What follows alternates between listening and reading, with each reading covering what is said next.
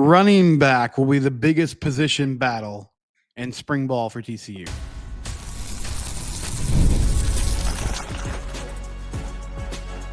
You are Locked On Horned Frogs, your daily podcast on the TCU Horned Frogs. Part of the Locked On Podcast Network, your team every day. That's right, Locked On Horned Frogs, your team every day. I'm your host, Steven Simcox. Thanks for joining the show. Thanks for making Locked On Horned Frogs your first listen. Been covering TCU athletics for the past 12 seasons. We're going to talk TCU basketball in segment 2 today. They fall to Baylor 61-58 at Shaw-Meyer Arena. Tough loss, man. And I think the guys battled tonight, but just didn't really have the juice to close it out. We'll break that down later. Today, though, I want to start with football, and I wanted to dive into, as I was thinking about this roster today, one thing that came to mind for me, there's not a lot of position battles that are going to be playing out in spring practice, in spring camp. Quarterback is settled. Wide receiver, I think, is settled. Now, there will be opportunities for guys to show what they can do and make the rotation at wide receiver. There'll be an opportunity for Braylon James to make the 2 deep and become more of a factor. There'll be an opportunity for true freshmen like Ed Small and Terry Shelton to try to break through and be there in the depth chart. But your starters, Eric McAllister, Jordan Dwyer, Joseph Manjack. That's my guess right now, and I feel pretty good about that. Offensive line, maybe at one of the guard spots. I think Cade Bennett's going to be one of your guards. Colton Deary's your center. And then Carson Bruno, Remington Strickland battling it out there. Tackle, I think it'll be an open competition, but I feel pretty confident in Ryan Hughes and Ben Taylor Whitfield being the starting tackles when the season gets going, unless they add somebody in the spring portal window. And defensively, a lot of the same. There's some opportunities for guys to break through, but for the most part, I think this thing is solidified. So the biggest battle for me in spring ball, and the thing that you just have to figure out, priority number 1 in my mind, who's your running back? And I say that knowing this. TCU last year sort of approached it as running back by committee. Now, I don't think that was their plan or their intention when the season started. I believe they went into the year fully believing that Cam Cook could be the dude. He did not end up being that guy. And so slowly, really starting with the Kansas game, you saw, okay, here comes Jeremy Payne. When Trent Battle was healthy, here comes Trent Battle. They were mixing guys in and out, and then, of course, they ended up going to the frog package with Savion Williams at quarterback. But out of necessity, they went to a running back by committee approach. The 3 guys that I believe will be battling it out for that starting spot, Trent Battle, Jeremy Payne, Nate Palmer.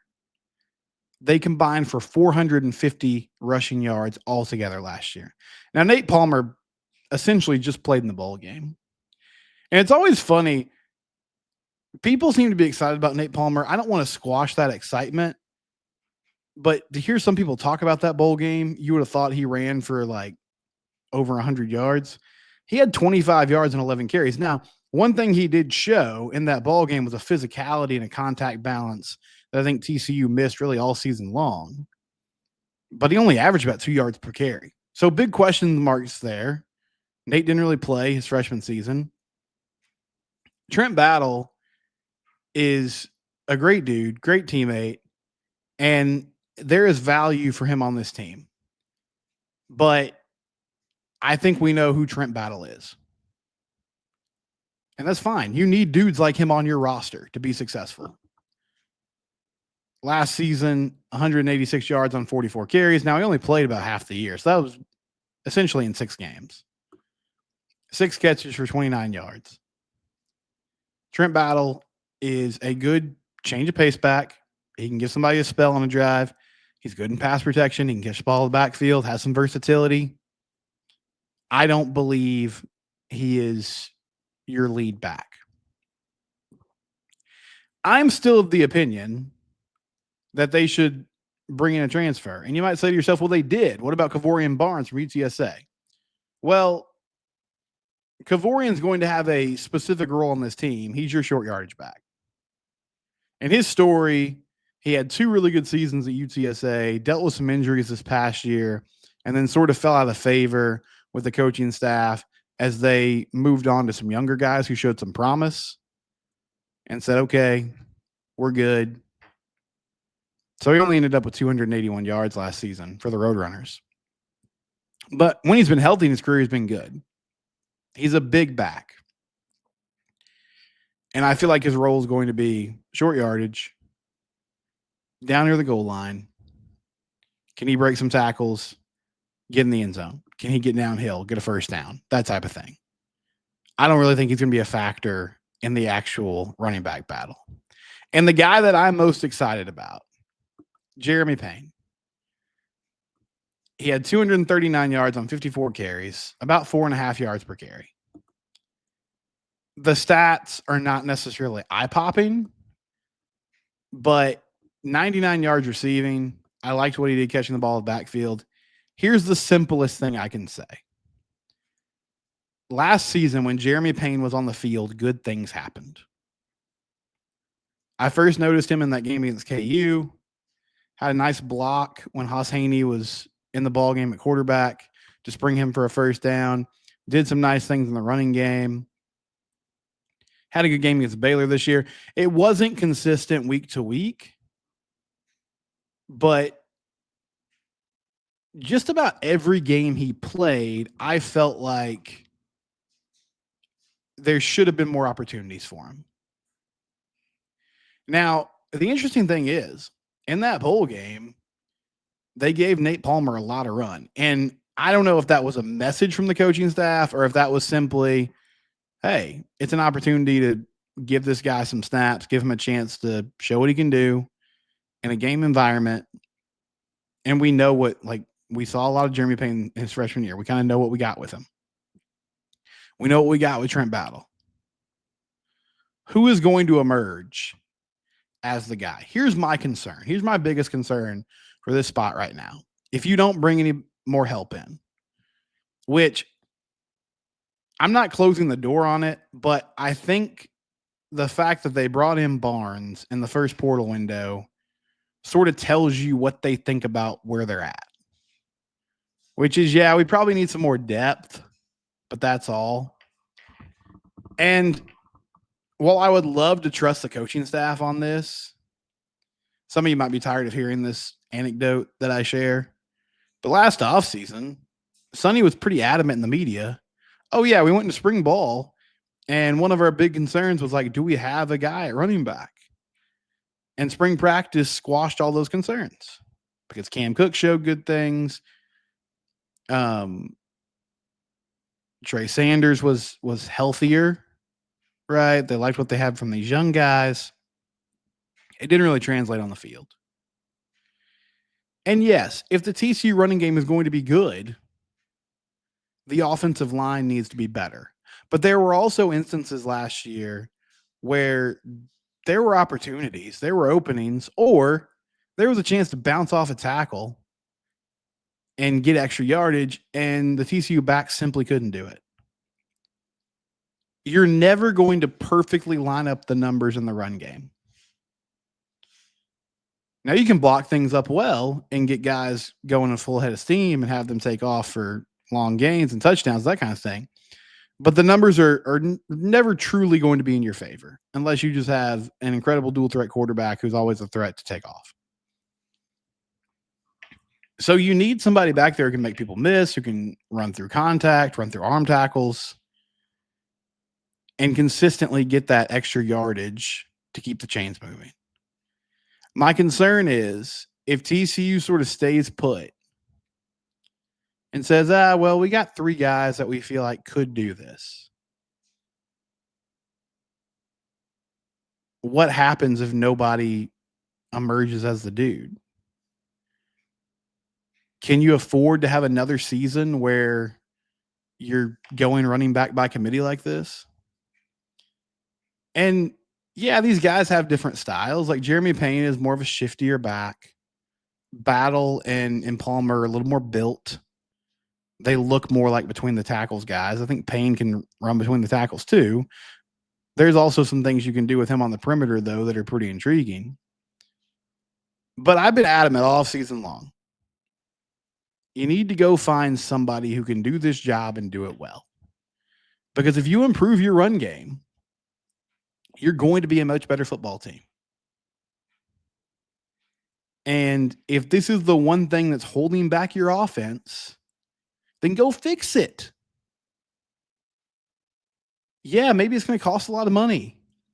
But TCU since Kendre Miller left and Amari DiMercato left, which it's really fascinating that they would approach it like this, because you would think Sonny's seen up close and personal what those guys did for that team and that offense specifically would inspire him to be more aggressive on this front.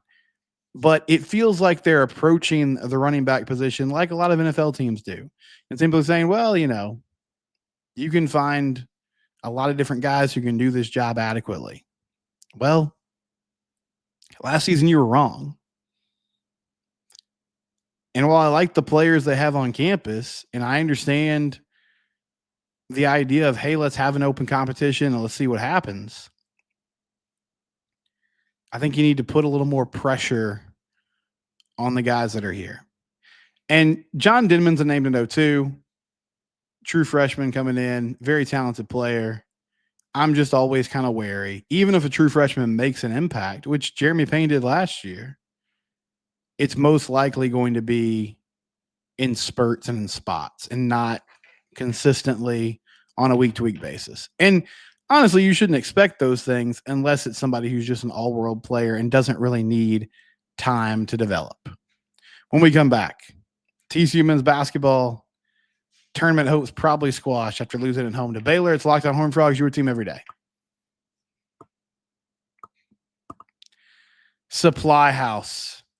Are you in the HVAC business? Are you possibly a plumber? You can get the supplies you need from the site made for skilled trades, Supply House.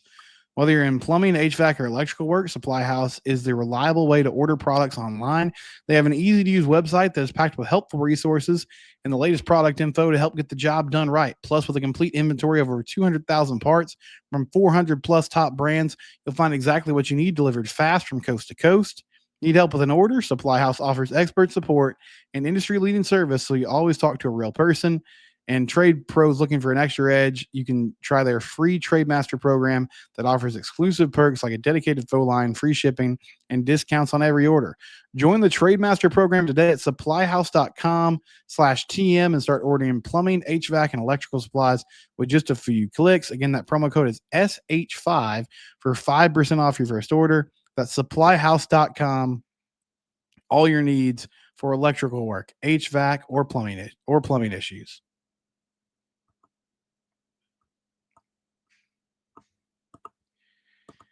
TCU men hosting Baylor tonight at home in Fort Worth, and they fall 61-58. Saw Baylor fans having some fun with that score tonight. I thought the guys battled. I really did. I mean, it was tied 35-35 at halftime.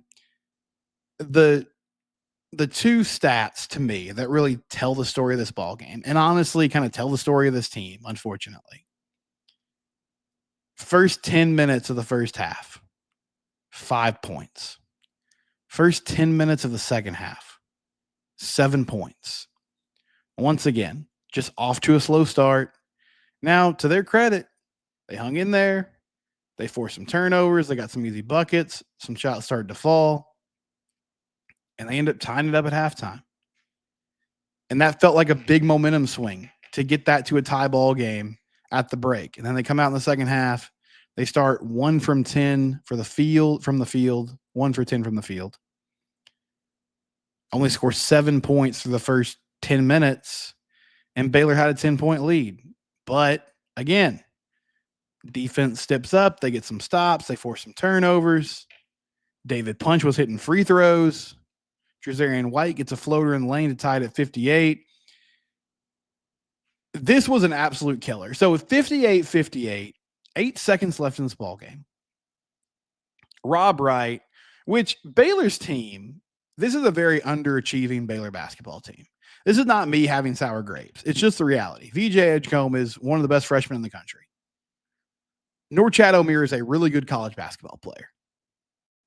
Jalen Celeste can shoot the rock. Now, they've dealt with injuries. Langston Love, who exited the game early today, Jeremy Roach has been banged up. But Rob Wright, let me get to my point. Rob Wright, their point guard, another true freshman who doesn't have the same hype and acclaim as VJ Edgecombe, but is also a very good player. And in clutch moments, he's a dude that can go get his own bucket. So with 8 seconds left, he is doing what typically happens in basketball now in those late clock situations, whether it's the end of the quarter or into the game. You put your guard on the ball, you clear out space, and then it's just one-on-one at the top of the key. Let this guy decide what move he wants to get to, where he wants to go to get his shot before the buzzer. And so Rob waited a few seconds before he started initiating the offense, and he really started to get downhill with about 4 seconds left.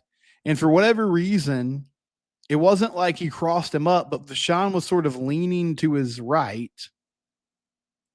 or leaning to his left, and Rob Wright goes to his right and starts getting downhill. And so it wasn't a complete blow by, but Alette was like a step behind. And he sort of just jumped in front of him. And Wright pushed off, but Alette jumped in front of him first. And it was such an obvious foul. And it wasn't in a shooting situation. Wright might have gotten to a floater there, but he wasn't about to pull up and take a mid-range jump shot or anything like that. It was so obvious and so silly that my first thought when it happened was, oh, they must have had a foul to give. And then I look, no, there's 6 fouls. That was their 7th foul. 1-and-1 opportunity for one of their best free throw shooters with 2 seconds left in the ball game. He knocks down both. Jace Posey tried to recreate the Oklahoma State magic by throwing it down the floor. Ball goes off to Ernest Uday. Turnover. After a review, they rule that it's Baylor's ball. Baylor hits one more free throw, game over. Just such a low basketball IQ moment. I don't know. I mean, I get like Alette, he was kind of beat there, but he had the ability to get his feet in front of Rob Wright, or at the very least, like, not totally olay it and allow your help defense to contribute. But instead, he fouls about 20 feet from the hoop and just gives up some easy free throws. And that's your ball game. So a super disappointing way to end it. Now, again, the thing about this team that we've talked about all year, they just struggle to score consistently. And they don't really have a number of guys who can go get their own shot. Noah Reynolds had a really good first half, struggled in the second half tonight. Ended up with 16 points, but was on 4 of 15 shooting. Alette struggled shooting the ball from the field again. Punch had 9 points. Baylor played a lot of zone. They kind of had Punch working in the high post at times, and there were some mixed results. He did some good things. I think he also just put the ball on the floor way too much, but they battled, they fought. I thought they played good defense. I mean, this is a Baylor team that can really fill it up, and they held them to 61 points. Held them to 44% shooting, 30% from 3. Their leading scorer was Omier. He had 19 and 12.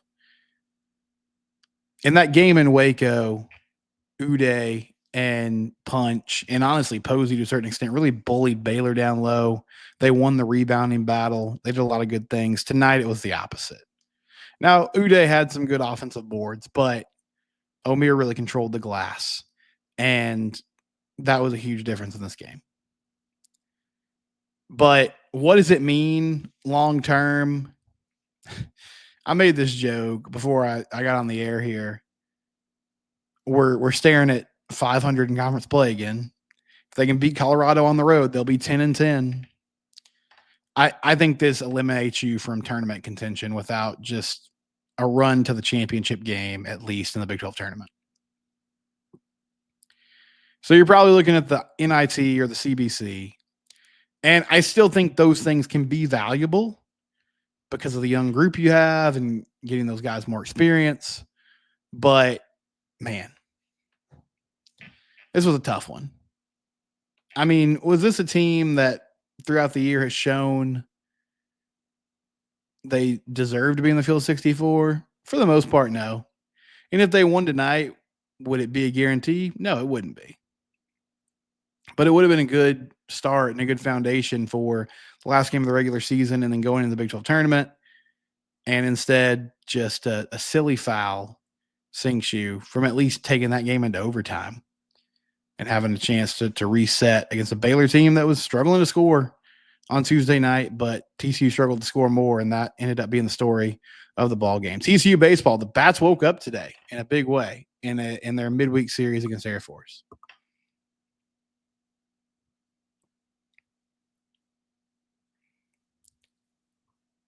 After a tough weekend offensively, and honestly, like a tough few weeks offensively, TCU comes out tonight against Air Force. They're playing a 2-game set against the Falcons. They win 17-6, 5 runs in the second, 3 runs in the third, 5 runs in the fifth, 4 runs in the sixth. Luis Rodriguez gave up a couple runs in the first inning, but then he settled down and got him through the first 4 innings of this ball game. If you're in North Texas, really anywhere in the state, I know that you are aware of this, but the wind today was crazy. Like there was a big storm that came through this morning with like legitimately 60 to 70 mile per hour wind gust. And then all day long, the wind was blowing 30 to 40 miles per hour on a consistent basis. And I know the gust would get above that. So the ball was carrying tonight. Like it was going out of the ballpark and TCU took advantage of it, but it was nice to see the team wake up a little bit and hit the ball well. Anthony Silva had a double to start the scoring and once again had a good game at the plate, 2 hits, 2 RBIs. Chase Brunson had 3 RBIs. Isaac Cadena had a couple of RBIs on 1 hit tonight. From a pitching standpoint, Luis Rodriguez started it. Then Carson Cormier got the win. Mason Bixby, they tossed him out there tonight. Mason's a guy that if this team is going to be good, I think he has to be a part of what they're doing. But he just can't find the strike zone. Didn't record an out tonight. Gave up a run. Walked a couple guys. He's got great stuff. I mean, he can throw mid-90s plus, but just doesn't always know where the ball's going. And it makes it tough for, this team to throw him out there on a consistent basis. But they don't really have like power arms in the back end of this bullpen. So him getting control could be a big storyline this year if he can find it, get more consistent with it and give this team another option, potentially 7th, 8th inning, even maybe in a closer role at some point during the year. But a nice win tonight. They'll play again on Wednesday and get another chance at Air Force to sweep that midweek series before playing Fresno State this weekend. Yesterday, I discussed the ACC potentially falling apart. They're getting close to a deal with Clemson and Florida State that would basically allow unequal revenue sharing in the conference. It would also allow Clemson and Florida State to pay an exit fee. And then in turn, they could go sort of head out there in free agency in the conference realignment world and see if anybody's interested. Off Track said, by the way, this new deal only buys time for them to find another home while avoiding litigation. Yeah, it was essentially like shutting down the lawsuits and giving Clemson and Florida State clear expectations and clear parameters if and when they want to make a move. They have the option now to go to their boosters and say, hey, if you want to leave this conference, this is what we have to do. And it's a big opportunity for the Big 12. Like if the ACC starts to crumble, Brett Yormark and the way he's aggressive and the way he works, I think that'll be a huge factor in trying to secure some more schools, get more of a presence on the East Coast, and continue to build this thing. Now, is it going to put you right there with the SEC and the Big Ten? No, it's not. But it's continuing to build at a high level, which is something that the Big 12 has done very well since Yormark took over. It would give you more reach from a geographical standpoint, from a TV market share standpoint. And we'll have to see what happens over the next few months. But I can't imagine other schools would be happy if Clemson and Florida State decide to stay there with an unequal revenue sharing model. It just doesn't make sense for anybody else. We'll be back tomorrow and on Friday talking football, basketball, and more. It's Locked On Horned Frogs, your team every day. Subscribe to the YouTube channel. We're also free and available wherever you get your podcast.